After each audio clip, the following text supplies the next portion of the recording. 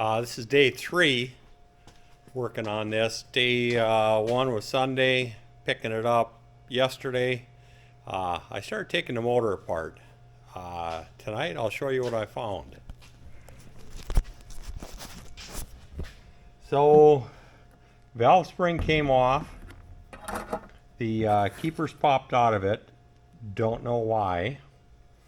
The injector hold down bolt busted, and I did get the bolt out of the head, which was a huge win yesterday. Don't know why that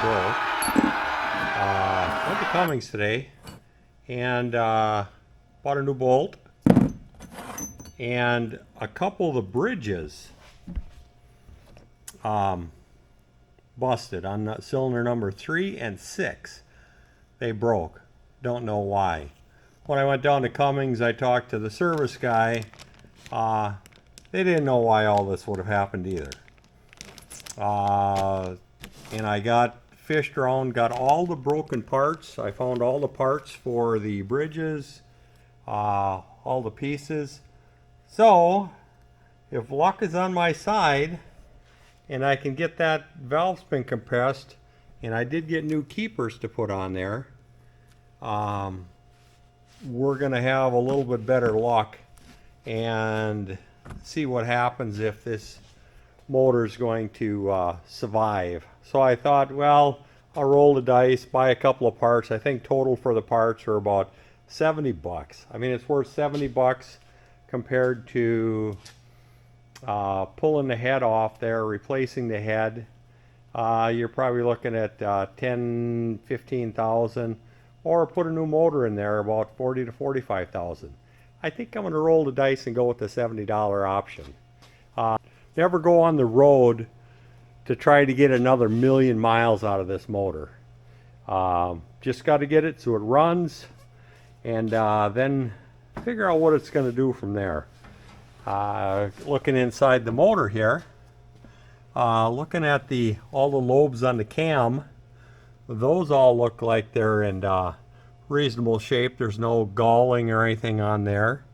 The only concern is I've got to get the valve in the back, which doesn't have the spring.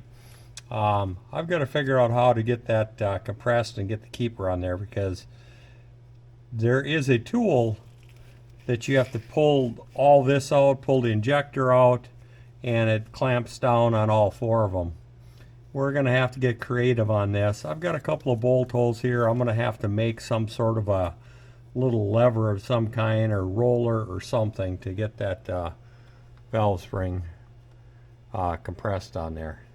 But that's where we're at. Try to get this together. Once I get that in there, you can see there's a big hole right here where the turbo is that stoled off of here and put on the white peat. Well, the next step in the process is I've got to bar this motor over, and I have to pull off this oil fill tube, and then there's a 3/4 inch square in there. I can hook a breaker bar on there, and I got to turn it over and then find the marks on the wheel here, the balance, or the wheel on the front. It's an A, B, and C. And I know all this because I'm not smart. I know it because YouTube. What a wonderful thing. If we would have had access, or I would have had access to YouTube 30, 40 years ago, yeah, I don't know. I would have had a whole different life on everything that I can learn and pick up.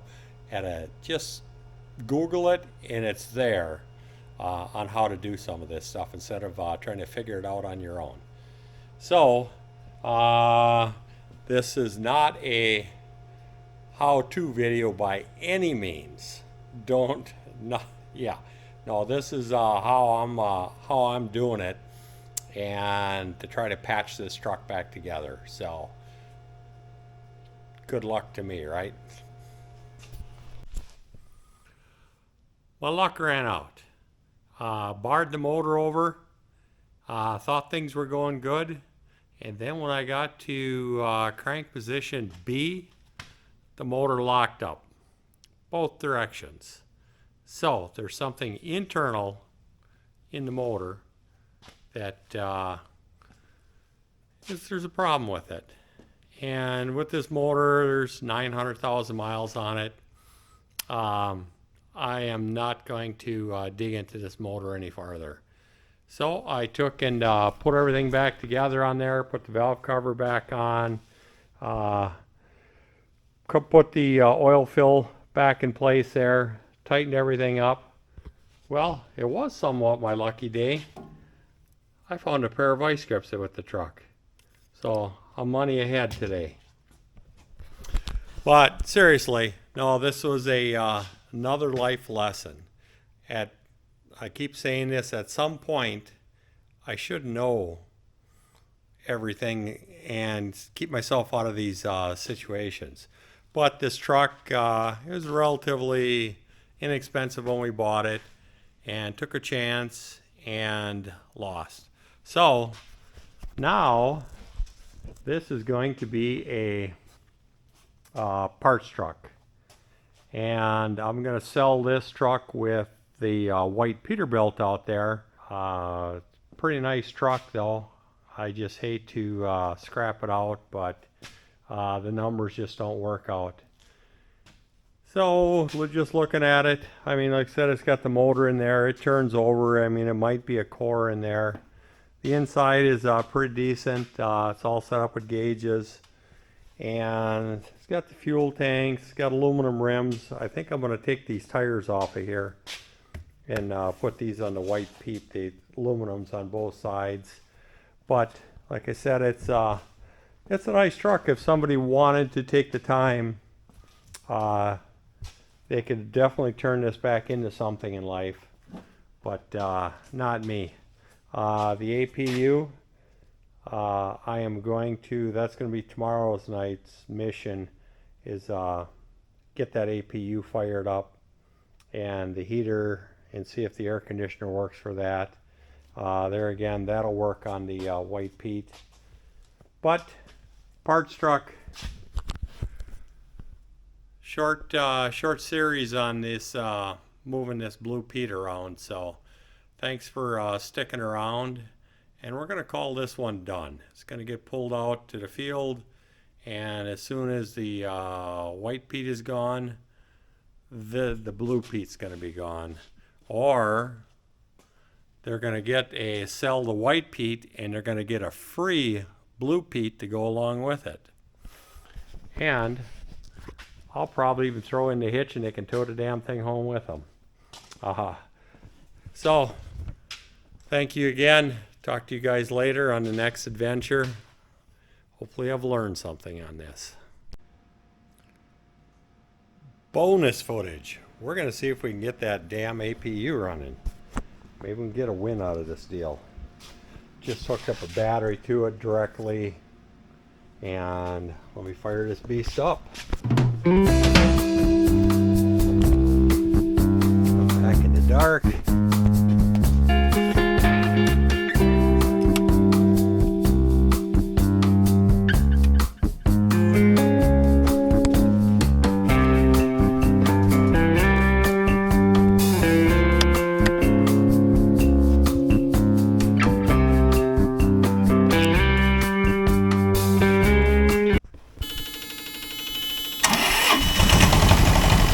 Well, I think we got a win here. He's the runner. Yay! After, I think it's been 2018 since the last time this truck was on the road. After 5 years, it fired right up. Once I got a battery on it. Left a pile of crud there. Well, I like that. Woo! Well, let me go see if the AC works on the inside. Well, I'm trying to fire it up again to get the heater working. The AC seems like it's working, so I turned it on heat mode. I took the coolant lines that were going to the motor, and I just dumped some coolant in there and put a tube in between there. So, whoa, there we go. So if this thing gets too hot, it's going to blow this line here and it's going to make a hell of a mess. So hopefully I'm not standing around. So it started right up. So far I'm feeling a whole lot better. So between getting the turbo that was on there, that was about $5,000 we took off of here, and between a running APU and 4 good aluminum tires and rims, I'm starting to call this Blue Pete a win here. Everything else we can get for it's just going to be a bonus. So I'm feeling better. Maybe it is my lucky day. Well, let me go see if that heater on the inside's working. Got the doors open so I don't smoke myself out here. I figure I better shut it off. I've got steam coming out of my connection there, and this is going to blow here pretty quick. It's not too hot, but I just want to run it. We're running it about 5 minutes there, so I'll let her cool down a little bit, fire back up, and see if I can get the bunk heater working with this. So far the alternator, and it seems like the air conditioning is working in there, so making progress. Well, let's check that power inverter that's underneath the bunk here. Like I said, this is a pretty nice truck. It's got top bunk, bottom bunk. Lift this up, and there's the power inverter running off the APU. So it is green light. It's got power, so power button. Got another win. We got 110 volt power in here, 120 volt. So still working on getting this gas heater or diesel heater fired up here. I think it's just got to get primed, but we're working on it.